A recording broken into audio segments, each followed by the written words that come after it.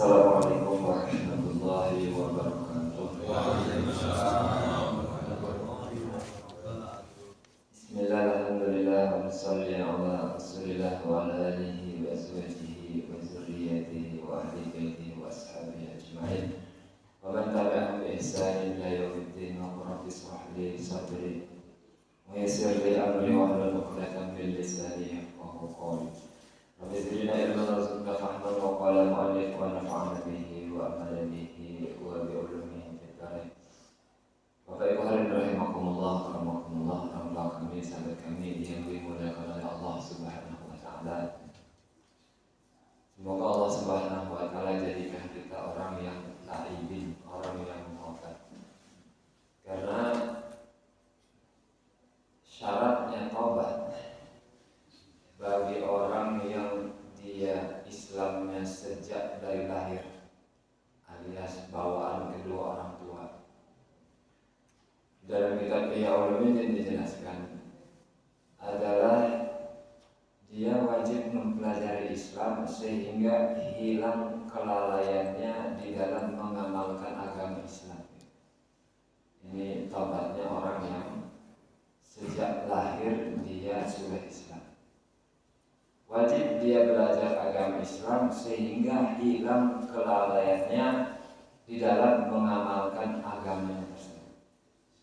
Kalau dia orang yang mu'allaf atau baru masuk Islam, syarat taubatnya lagi adalah dia masuk ke dalam Islam, kemudian dia belajar Islam sehingga hilang kelalaiannya dulu ketika dia belum Islam. Jadi belajar agama ini dia jadi satu rukun, jadi satu kewajiban bagi orang yang Islamnya dari lahir ataupun orang yang baru masuk Islam. Kenapa begitu? Supaya dia tahu bahwasanya kalau dia itu benarkah, salahkah. Dia tahu dirinya sedang melakukan kebenaran ataupun melakukan kesalahan ketika dia belajar agama Allah Subhanahu wa taala. Kalau tidak belajar, dia melakukan kesalahan tapi dia tidak merasa salah dan tidak merasa dosa di dalam melakukan kesalahannya tersebut. Ini paling penting. Maka berbahaya buat amal dia tersebut. Kalau orang melakukan dosa tapi tidak merasa dosa, ini berbahaya. Dia tidak akan taubat. Bapak Ibu rahimakumullah, kata Abu Tib, menjalasa ma'asamanya ka'asnafin. Barang siapa dia bersama 9 golongan orang, maka dia akan bertambah 9 perkara. Yang pertama, menjalasa ma'al aghniyah zadahullahu hubbat dunya wa rughbata fiha. Barang siapa yang dia duduk bersama orang aghniyah, orang-orang kaya, maka akan bertambah, Allah Ta'ala akan tambahkan kepada dia kecintaan terhadap dunia dan semangat dia di dalam mencari dunia. Yang kedua, wa man jalasa ma'al fuqara hasala lahu asyukra wa ridha bi qismatillahi ta'ala. Barang siapa duduk bersama orang fuqara, maka akan hasil syukur, ridho dengan apa yang dibagi Allah Subhanahu wa ta'ala. Apa sih ghani? Ghani itu bahasa Arab. Kalau kata kita orang kaya. Tapi definisi ghani sendiri artinya tidak berhajat. Secara lugah itu ghani itu tidak berhajat, nggak perlu. Kalau fuqara itu artinya butuh. Jadi kalau orang berhajat terus sama orang lain, itu namanya fuqara. Orang yang tidak berhajat kepada orang lain namanya agniya. Jadi Jadi bukan kebendaan yang dimiliki itu. Kita berhajat tidak sama selain Allah. Jadi kalau senantiasa berhajat kepada selain Allah namanya fuqara. Lalu harikumullah wa man jalasa ma'as sultan zadahu Allah al-qaswah wal kibr. Kalau sering-sering dia duduk bersama penguasa, Allah Ta'ala akan tambahkan qaswah, kekejaman, akan tambahkan al-kibr, tambah sombong dia. Sering-sering duduk dengan penguasa. Wa man jalasa ma'an nisa zadahu Allah al-jahla wasyahwat. Barang siapa duduk bersama perempuan, sering duduk dia sama-sama perempuan, maka Allah Ta'ala akan tambahkan kejahilan dia dan akan tambahkan syahwatnya. Bapak, bercampurnya antara laki-laki dan perempuan ini sangat berbahaya. Karena nanti yang perempuan akan hilang malunya. Lalu kepintarannya lama-lama akan jadi gak pintar. Kenapa? Karena syahwatnya akan menguasai dia. Ini bahaya. Jadi yang paling afdal itu sekolah itu dia dipisah antara laki-laki dan perempuan. Baru afdal. Hilang tuh, nanti kejahilannya hilang. Tapi kalau dicampur nanti hilang kepintarannya, timbul kejahilan. Wa man jalasa ma'as sibyan izdada min al-lahu.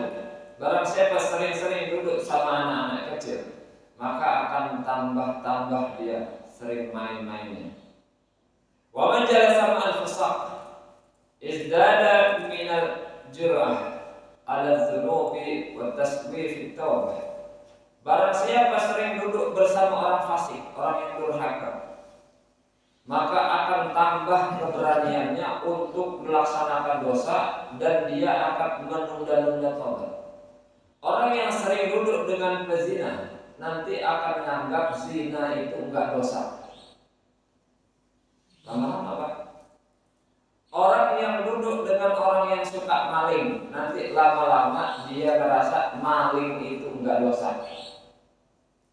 Nah, itu maksud. Orang yang suka duduk dengan orang yang suka menganiaya orang lain dan mengambil hak orang lain, nanti dia akan merasa bahwasanya menganiaya orang lain itu tidak dosa. Jadi sering-seringlah duduk dengan orang fasik, orang durhaka. Nanti kita nggak akan merasa dosa.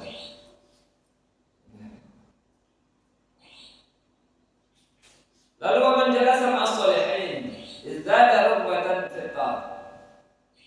Barang siapa sering duduk bersama orang-orang soleh, nanti nambah dia semangat untuk melaksanakan ketaatan. Orang itu kan tergantung temannya. Jadi kalau kita pengen tahu dia orang baik atau enggak, ya lihat aja temannya, Pak.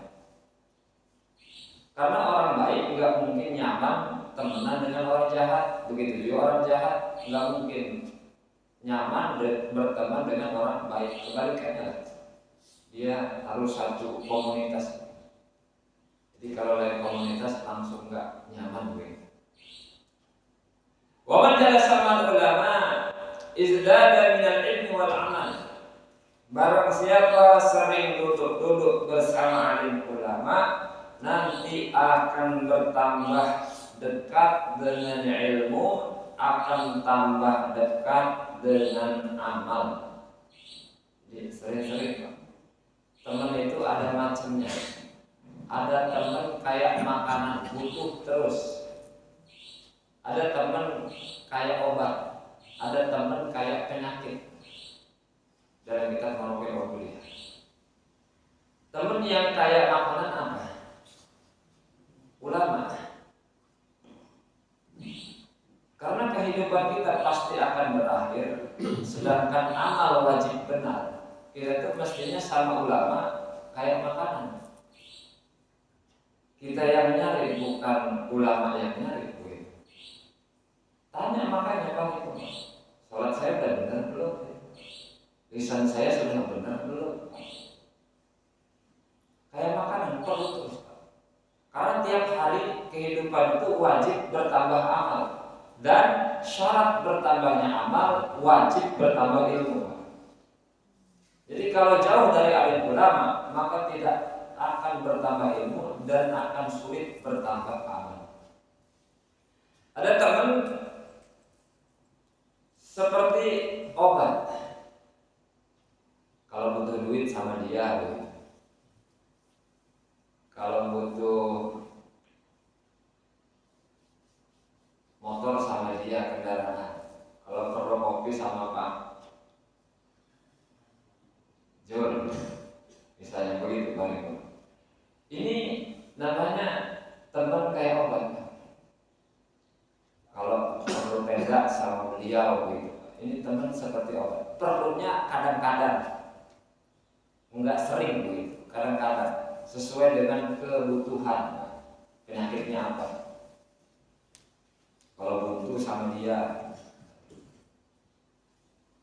Ada teman kayak penyakit. Kalau dideketin nular. Nah ini jangan ditemenin, Pak. Kalau sama dia jadi panas terus, dekat sama dia itu. Kalau dekat sama dia pengennya marah terus, Pak. Kalau dekat sama dia pengennya jadi benci sama orang lain terus. Nah, yang kayak begini jangan ditemenin, Pak. Dijauhi orang kayak gini. Temen dia dan ada terus. Tapi orang yang seperti itu akan selalu ada dimanapun kita berada. Terus bagaimana kelakuan kita? Kita tetap lemah lembut sama mereka. Tetap lemah lembut sama mereka. Kenapa? Al-mu'min mir'atul mu'min. Mu'min itu cermin bagi mu'min yang lain. Jadi kalau kita melihat kelakuan dia dan kita nggak senang, berarti kita jangan melakukan perbuatan yang sama kepada orang lain. Gitu Pak, maksudnya itu. Ada orang-orang kayak begitu itu maksudnya. Kalau kita melihat orang lain ngomongnya seperti itu dan kita nggak senang, berarti orang lain pun nggak senang kalau saya melakukan perbuatan yang sama yang dilakukan sama orang itu. Nah, bagaimana caranya jadi orang yang beradab? Adalah bergaul dengan orang yang tidak beradab. Gitu Pak. Kalau pengen jadi pengusaha, bergaul dengan pengusaha. Tapi kalau pengen jadi orang beradab, bergaulah dengan orang yang tidak beradab. Baru jadi beradab. Jadi pengen tahu kita beradab Pak, bergaulah dengan orang yang nakal dulu. Dan pengen tahu Pak, Bapak pergi 40 hari sabar sama orang Pak. Kalau dia baik, berarti di rumah dia orang baik. Itu namanya itu. Kalau dia lagi sabar dia nggak baik, berarti di rumah lebih nggak baik. Jadi kalau pengen tahu orang dia itu orang baik atau enggak, sabarlah sama dia. Pergi bareng sama dia. Nah lihat kelakuan dia tuh lagi sabar. Aslinya pasti keluar. Nah, Bapak Ibu hadirin rahimakumullah, apa sih pentingnya jadi orang soleh? Apa manfaatnya jadi orang soleh? Buat siapa itu kesolehan? Pernah satu hari Sayyidina Ibnu Abbas radhiyallahu taala anhu, beliau berada di belakang Rasulullah sallallahu alaihi wasallam.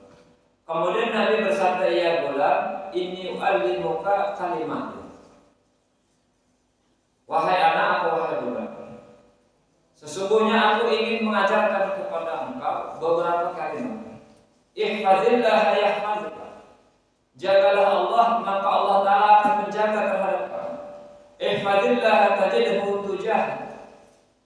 Jagalah Allah, maka engkau akan mendapatkan Allah berada di hadapan kamu.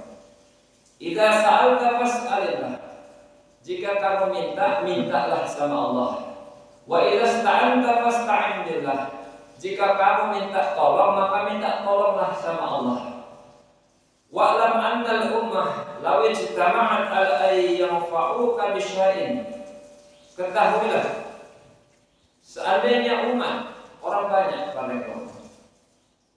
apabila berkumpul ingin memberikan manfaat kepada kamu dengan sesuatu, lam yanfa'uka illa bi syai'in qad katabahu Allahu lak. Tidak akan bisa memberikan manfaat umat tersebut kecuali dengan apa yang Allah Ta'ala telah tuliskan, catatkan, tetapkan buat kamu.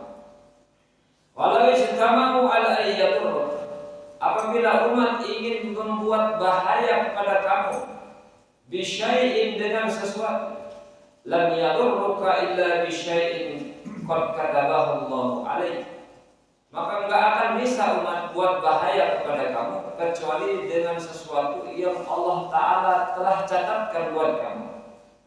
Rufi'atil aqlam wa jaffatis suhuf, pena sudah diangkat, kemudian lembaran kertas telah mengering. Nah, Bapak Ibu, hadirin Allah, ihfazillah, jagalah Allah. Apa yang dijaga? Apakah Allah perlu menjaga? Enggak.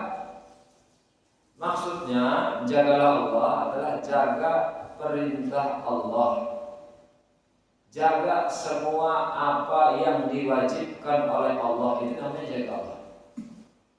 Lalu tahan dari semua yang dilarang oleh Allah, ini jaga Allah.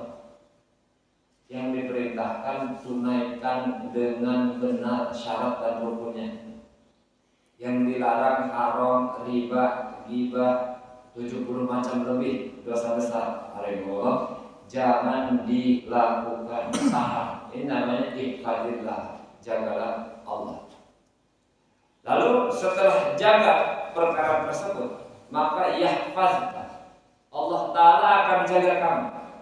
Apa yang dijaga? Diri kita dijaga, anak-anak kita dijaga, istri kita dijaga, dunia kita dijaga, agama kita dijaga dengan menjaga perintah Allah dan menahan apa yang dilarang oleh Allah, maka berarti menjaga diri kita dan keturunan kita.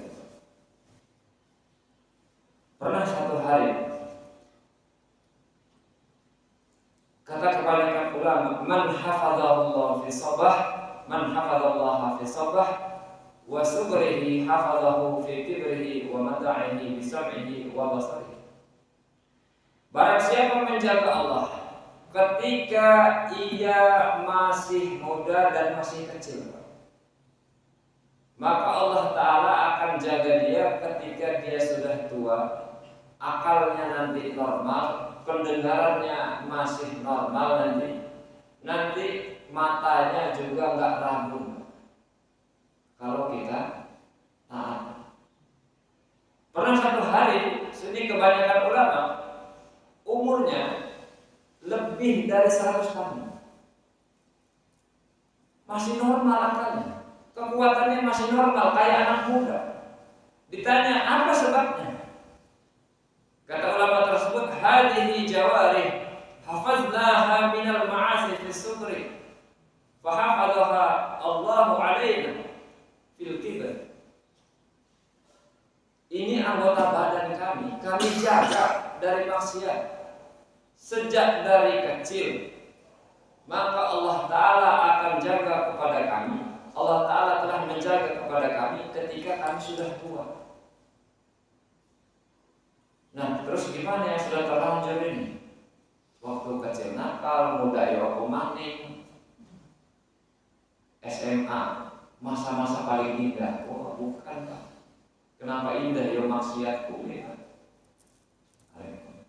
Karena pacarannya itu disebut masa-masa paling indah. Senang-senangnya maksiat disebutnya masa-masa paling indah. Kok bisa begitu Pak? Bagaimana kalau yang sudah terlanjur begini Pak? Yang pertama, timbulkan ngerasa telah berdosa gitu. Terusan tobat. Mudah-mudahan dengan tobat tadi, terus ketika tua enggak penyakitan. Tapi kalau belum tobat, terus ajal sudah mendekat, biasanya kan mau dicuci kan, cuci gudang. Untuk melebur dosanya tadi supaya menghadap Allah Ta'ala dalam keadaan bersih, nanti dikasih penyakit biasanya Pak. Kalau orang nggak merasa dosa, tapi Allah Ta'ala pengen hilangkan dosanya, biasanya dikasih penyakit. Dia kena stroke lah, dia kena diabetes lah,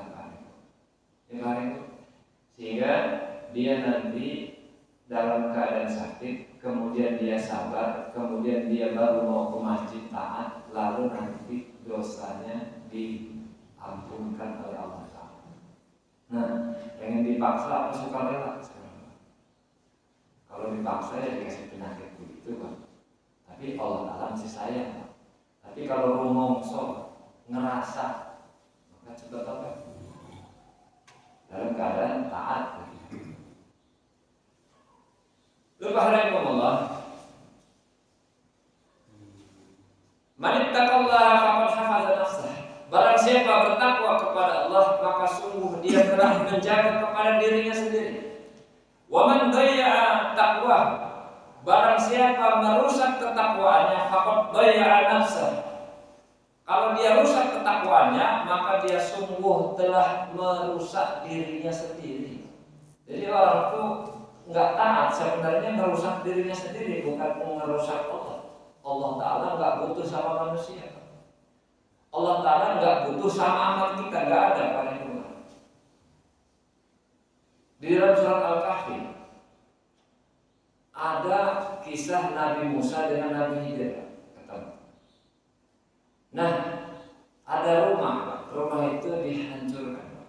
Rumah itu. Ternyata di dalam rumah itu, di bawah lantai itu ada harta benda peninggalan dua orang tua buat keturunannya. Kenapa Allah Ta'ala jaga? Di dalam surat yang sama dijelaskan wa kana abuhuma sholihah. Karena bapaknya anak tersebut, mak bapaknya itu adalah orang-orang soleh, maka Allah Ta'ala jaga harta. Jadi kalau kita pengen harta kita dijaga, jadi dulu dong orang soleh. Kalau enggak, nanti sudah capek kita ngumpulin itu uang, keturunan kita giliran yang ngabisinnya. Nah itu bagian penghabisan biasanya keturunan. Kita bagian pengumpulan. Udah ngumpulinnya pakai maksiat pula, pakai maling-maling pula, udah capek pula, udah takut pula sama KPK sama BPK. Wah, anaknya yang ngabisin enak-enak, nggak pakai keringat. Nah barang pula, hati-hati Pak.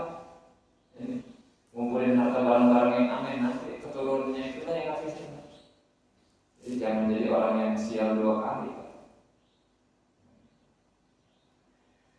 Kemudian hari Allah, kata Umar bin Abdul Aziz radhiyallahu taala anhu, beliau katakan, "Ma min mu'min shalihin yamut." Tidaklah orang mukmin yang soleh kemudian dia wafat, illa hafadhahu Allahu fi uqbihi wa uqbi uqbihi. Kecuali Allah Ta'ala akan jaga keturunannya dan akan menjaga keturunan dari keturunannya. Jadi syaratnya soleh dulu. Jadi walaupun KTP-nya soleh itu nggak jamin, ataupun namanya soleh itu nggak jamin juga. Jadi solehnya itu standar syariat, ataupun ngaku soleh itu juga belum tentu. Apalagi ngerasa soleh. Jadi solehnya itu standar Allah diaku atau kesolehannya. Ketahuannya kapan? Nanti lihat keturunannya terjaga atau ini banyak dilihat keturunannya nanti. Kalau dia orang yang taat, pasti Allah Ta'ala akan jaga keturunannya. Kalau dia orang yang ahli maksiat, lihat keturunannya. Ini banyak. Maka sejak sekarang, mulai dari sekarang, janganlah jadi orang yang tak taat.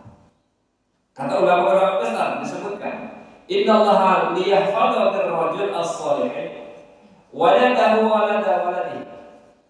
Sesungguhnya Allah Ta'ala pasti akan menjaga kepada seorang laki-laki yang soleh, anaknya dan anak dari anak-anaknya.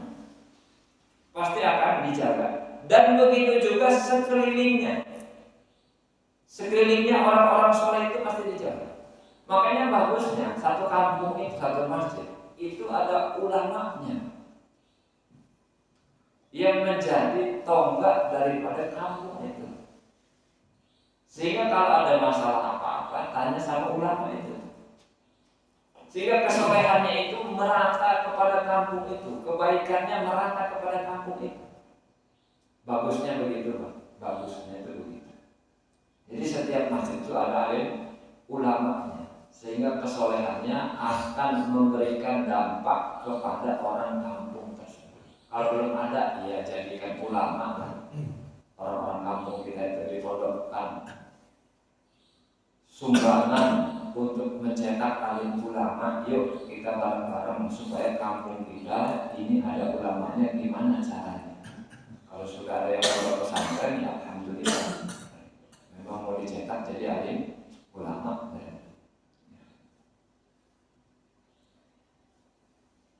Berikutnya Allah. Pernah satu hari ada seorang sahabat namanya Safinah. Perahu. Ini Safinah kenapa disebut perahu? Sebab dikasih julukan oleh Nabi. Ini Safinah bawa barang apa aja enggak merasa berat, walaupun sebanyak apa saja enggak merasa berat. Safinah barengkali ini naik perahu menuju ke satu tempat, ini dakwah. Kemudian perahunya pecah, hancur, dihantam gelombang, sehingga dia terdampar di dalam hutan. Ketika di dalam hutan ketemu singa. Safinah ini sahabat. Apa kata Safinah? Enggak lari, enggak. Dia ngomong sama singanya, "Ana maula Rasulullah sallallahu alaihi wasallam." Saya ini budaknya Rasulullah. Dan bersama saya kitabnya Allah. Dan saya lagi tersesat sekarang. Lalu singa itu, Pak, bukan merekam dia, tapi nganterin dia ke jalan besar. Sudah diantarin, habis itu singanya balik lagi. Begitu Pak, orang soleh itu bisa kayak begitu Pak. Ini bukan kisah, ini kisah masyhur Pak. Mungkin baru dengar atau sudah dengar Pak. Kisah sahabat yang terdampar di tengah hutan Pak, karena perahunya pecah, namanya Safinah. Itu singanya itu jadi dalil, jadi guide dia, jadi pengantar dia ke jalan Pak. Habis itu balik. Ada namanya Tamim Ad-Dari. Waktu itu Pak, ketika Sayyidina Umar memimpin jadi khalifah, itu gunung api meletus. Itu cara nanggulanginya nggak pakai akal Pak, nggak masuk akal gitu, nggak pakai akal, nggak masuk akal. Kalau kita kan kabur ya, Sayyidina Umar suruh kasih sorbannya tuh Pak, digusah tuh katanya. Apa? Laharnya Pak, laharnya digusah Pak, suruh digini. Kan nggak masuk akal ya. Tapi Safinah, Tamim Ad-Dari ini nurut pada khalifah. Digusah begini kayak ngiring kambing. Ini si lahar balik lagi ke tempatnya dan sampai sekarang nggak pernah keluar lagi. Ini kisah masyhur pada dalam kita. Lagi Pak, Sungai Nil kering. Gubernurnya kirim surat sama Sayyidina Umar. Sayyidina Umar bukan suruh ngebor Sungai Nil kemarin kayak model kita sekarang. Kirim surat Pak sama Sungai Nil. Maksud akal Pak? Khalifah kirim surat sama Sungai Nil. Ini kalau orang soleh itu seperti itu. Wahai Sungai Nil, seandainya engkau mengalir karena Allah, mengalirlah. Dilemparin ke Sungai Nil, sampai sekarang Sungai Nil nggak pernah surut. Sayyidina Umar tuh, kesolehan Sayyidina Umar. Gempa Pak, Sayyidina Umar cuman kakinya dihentak, maka gempanya sampai sekarang nggak pernah terjadi lagi di daerah itu. Ini orang soleh itu seperti itu Pak. Maka orang soleh ini dia menyelamatkan dirinya dan menyelamatkan keturunannya. Dan kalau kesolehannya sudah kuat, dia akan bisa menyelamatkan orang lain, Pak. Sebagaimana sahabat itu, Pak. Hari ini Pak, karena kita enggak soleh, sama yang kecil aja takut. Kayak kemarin ya, corona. Wajar takut Pak, tapi takutnya jangan berlebihan. Karena kematian sudah punya jadwal masing-masing. Jadi yang nggak bakal mati Pak. Pakai masker atau tanpa masker, kalau nggak mati nggak bakal mati Pak. Cuma kita tetap hati-hati aja.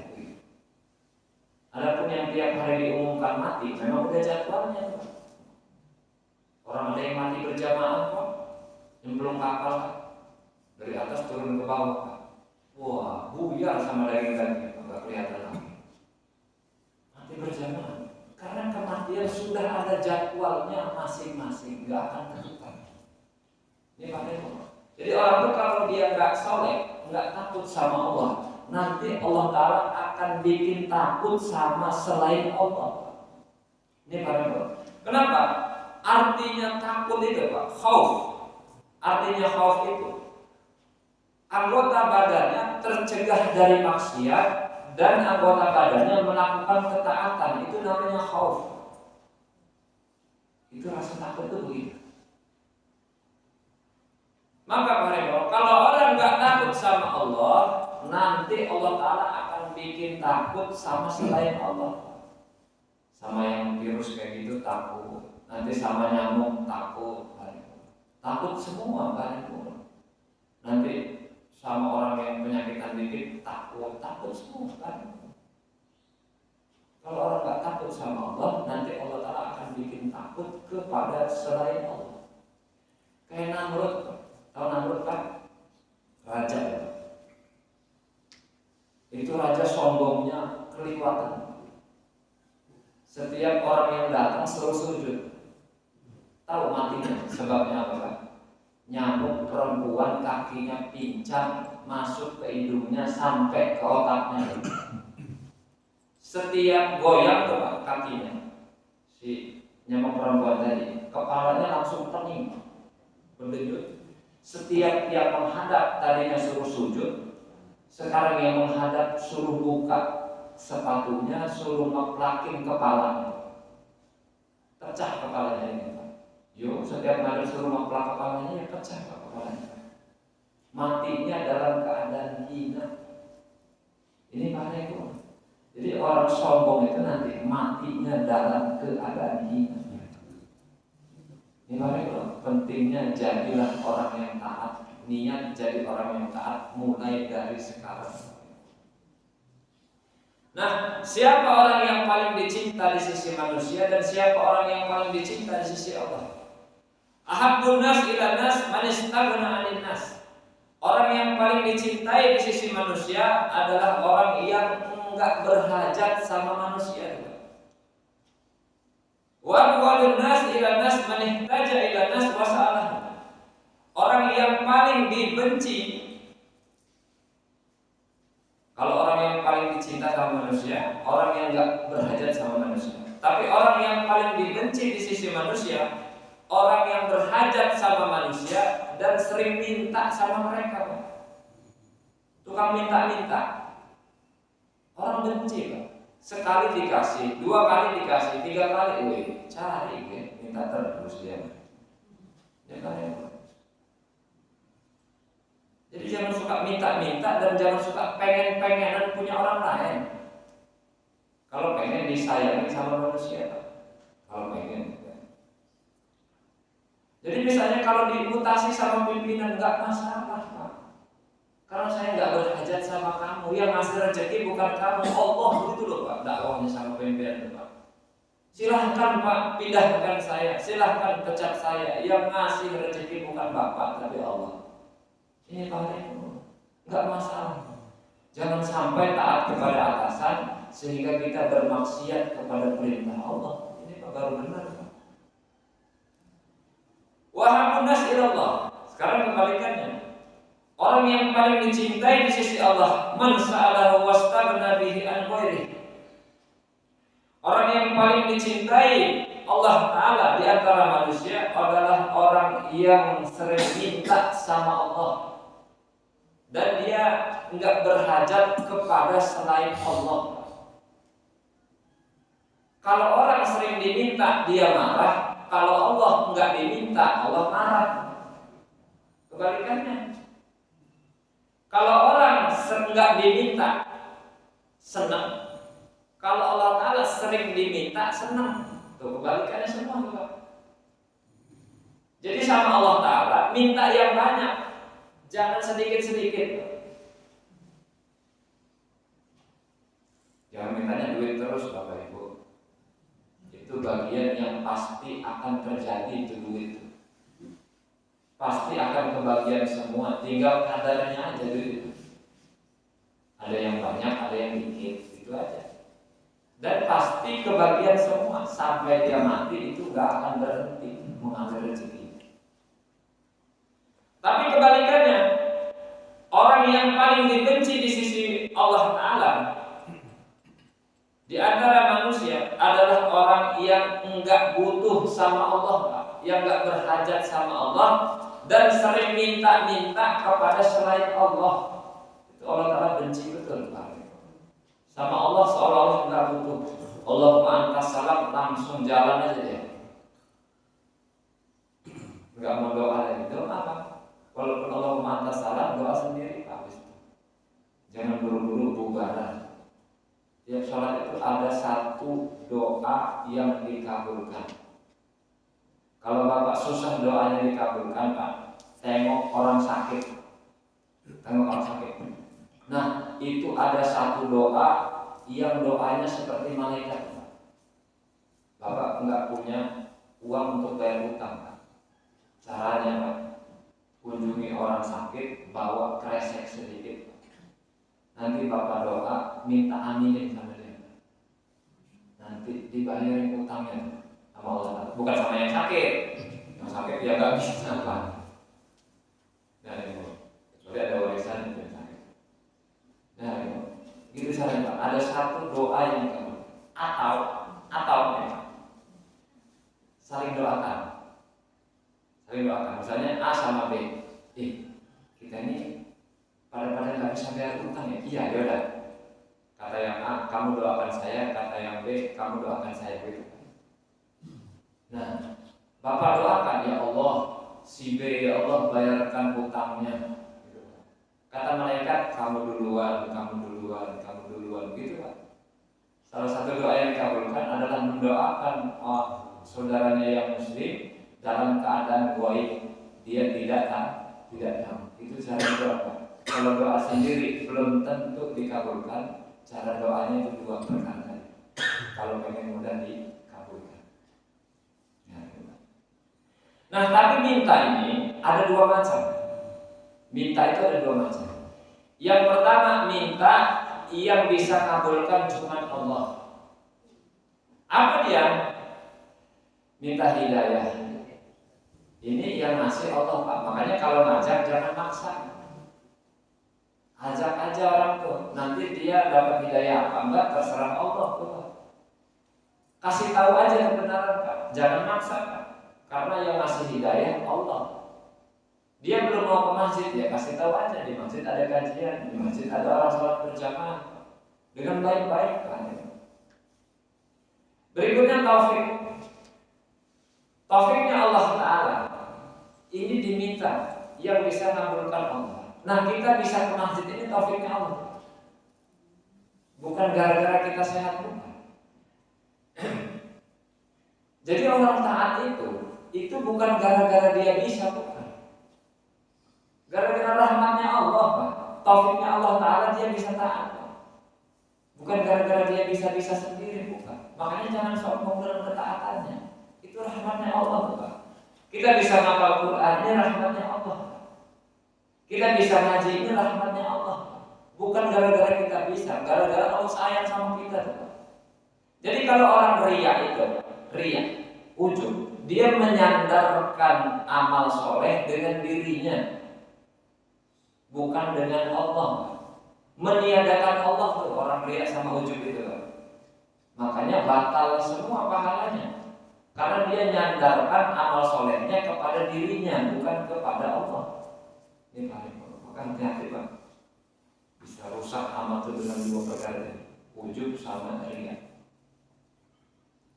Berikutnya yang berkaitan dengan kefahaman ilmu. Ini juga dari Allah. Allahumma inna nas'aluka ilman nafi'an. Ya Allah, kami minta ilmu yang manfaat. Ini kefahaman ilmu dari Allah. Orang kalau dia salah dengar, maka akan salah amal. Ini ada kisah beneran di Bogor. Kata kiainya masalah rukun wudu, tapi pakai bahasa Sunda ya. Ngusap sirah saeutik. Tawarnya ngusap kepala sedikit gitu ya. Yang ngantuk kedengarannya ngusap sirah nuletik. Tuh Pak, yang ngantuk Pak. Jadi salah paham tuh yang ngantuk Pak. Malah di kedengarannya mengusap kepala yang kecil. Akhirnya wudhunya dia begitu terus kan dia akhirnya nggak sah. Kata Pak Kiai ini ngusap sirah nuletik. Salah kamu dengarnya Pak. Ini paling efek ngantuk. Salah dengar Pak. Ini paling maka kepahaman ilmu dari Allah Ta'ala. Wasyifaul marid, sembuh dari sakit Pak. Ini juga Allah Ta'ala yang menyembuhkan. Jadi bukan obat, bukan dokter. Jadi kalau nanti orang tua kita sakit, Pak dokter sembuhkan orang tua saya. Nggak bisa Pak. Pak dokter aja lama-lama seteru. Coba deh Bapak, kalau berobat nanti 3 hari Bapak pulang lagi ya ke sini. Tahu kenapa? Karena Pak dokter nggak yakin obat menyembuhkan. Benar tuh Pak. Benar itu Pak. Yang menyembuhkan Allah. Karena dalam Al-Quran dijelaskan fa'idha maridtu fahuwa yashfi. Kalau aku sakit, Allah yang menyembuhkan. Jadi obat itu cuma perantara, dokter itu cuma perantara, yang menyembuhkan Allah.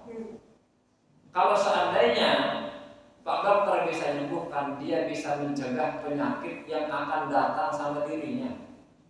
Sedangkan Pak dokter nggak bisa. Pak. Lihat ke rumah sakit Pak. Itu banyak yang sembuh, lebih banyak juga yang nggak sembuh. Tapi kalau mati sembuh juga sih sebenarnya. Kalau mati kan udah nggak sakit lagi ya Pak. Sembuh juga tuh Pak. Tapi hilang nyawanya. Berikutnya hasil keselamatan dari bencana dunia dan akhirat. Nah orang ini bisa terhindar dari bencana dunia dan akhirat karena Allah Ta'ala. Maka kalau nggak pengen dikenakan bencana kampungnya, minta sama Allah. Berubah kelakuan yang nggak taat, dirubah jadi kelakuan yang taat. Berikutnya maaf. Ini juga Allah Ta'ala yang bisa ngasih. Ridhonya Allah Ta'ala, ini juga Allah Ta'ala yang bisa ngasih. Sekali lagi para Allah. Memang betul masuk surga bukan karena amal, masuk surga karena rahmatnya Allah. Tapi jangan menjadikan dalil ini kita tidak mau beramal. Jangan jadi dalil. Sholat itu enggak bisa memasukkan ke dalam surga, benar. Tapi orang enggak sholat lebih lagi enggak masuk ke dalam surga.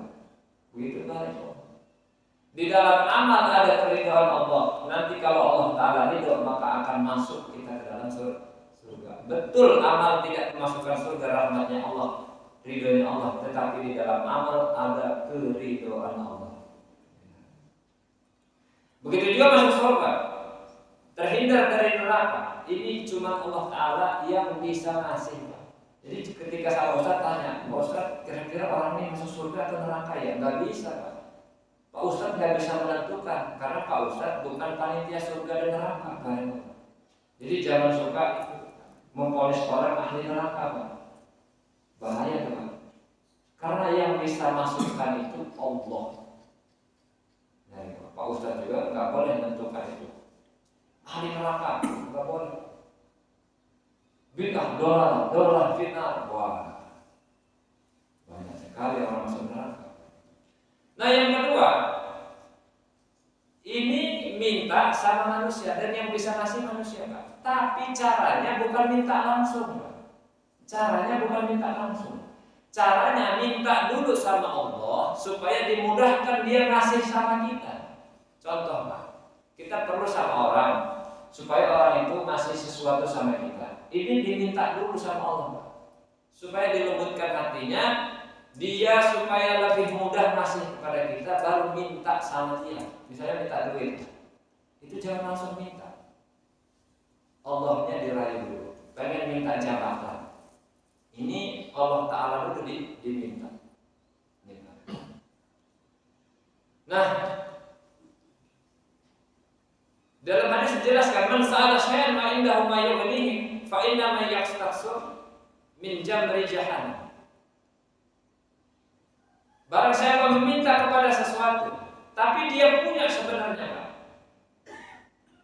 Minta sesuatu, tapi dia sebenarnya punya, maka silahkan dia banyak-banyak mintanya, karena dia telah memperbanyak dari bara api neraka jahanam.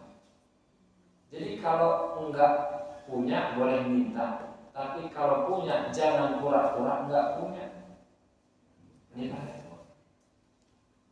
terus kita juga enggak boleh sedekah sama orang kaya.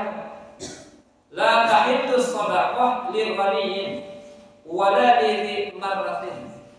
Enggak boleh sedekah, enggak halal sedekah sama orang kaya dan sama orang yang mampu kerja. Enggak boleh. Tapi kalau orang minta, kasih aja. Dia yang menerimanya haram, kalau kita tetap dapat pahala. Kasih aja, Pak. Kayak orang pengamen minta-minta, Pak, ya.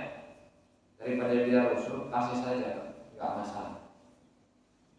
Dia yang menerimanya itu haram. Tapi kalau kita enggak haram.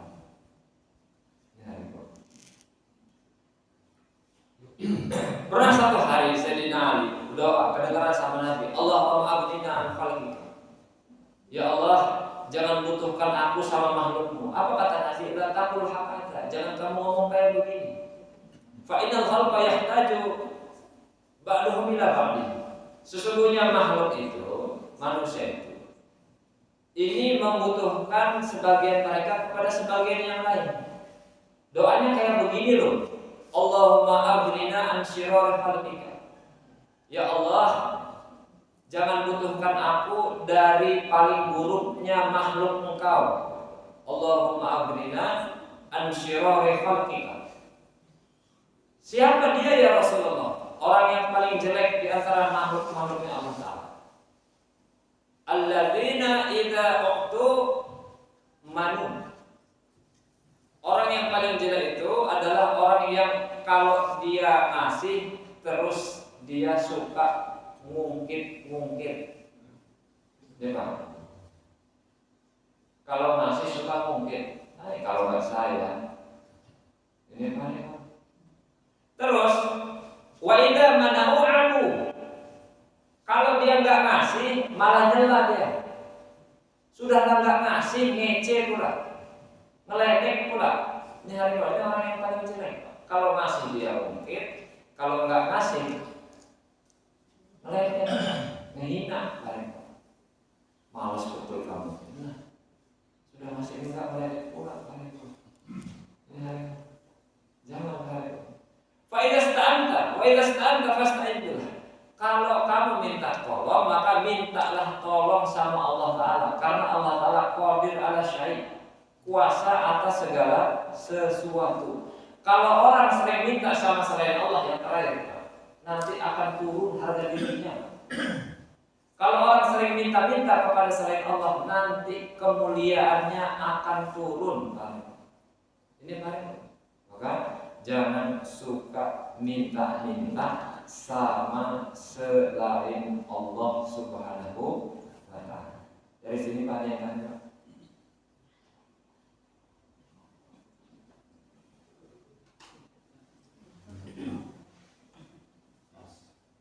Pas. Alhamdulillah.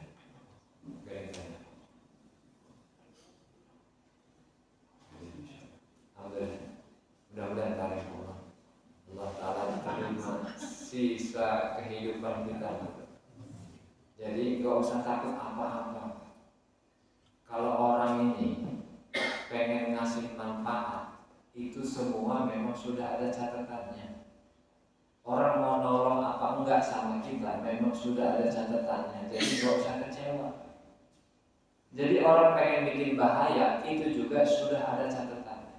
Maka kalau sudah ada catatannya masing-masing, kalau benar bilang benar, kalau salah bilang salah. Jadi orang tuh mukul kita memang sudah ada ketetapannya, kamu hari ini mau dipukul. Gitu Pak ya. Jadi santai saja nyikapinya. Alhamdulillah gitu. Tunggu kamu di akhirat gitu Pak. Saya tuntut kamu. Gitu Pak ya. Jadi santai aja Pak. Nanti kehidupan itu rileks aja. Kalau sudah ada catatannya masing-masing. Hari ini kamu buntu, ya udah Pak. Buntu itu apa? Gak bisa nambah. Semoga Allah Ta'ala berikan kita sifat qanaah, lalu diberikan kita taufik untuk bertobat. Lalu Allah Ta'ala terima amal-amal kita dan dimasukkan ke surga Allah Ta'ala. Subhanallah bihamdihi, subhanaka Allahumma wa bihamdika, asyhadu an la ilaha illa anta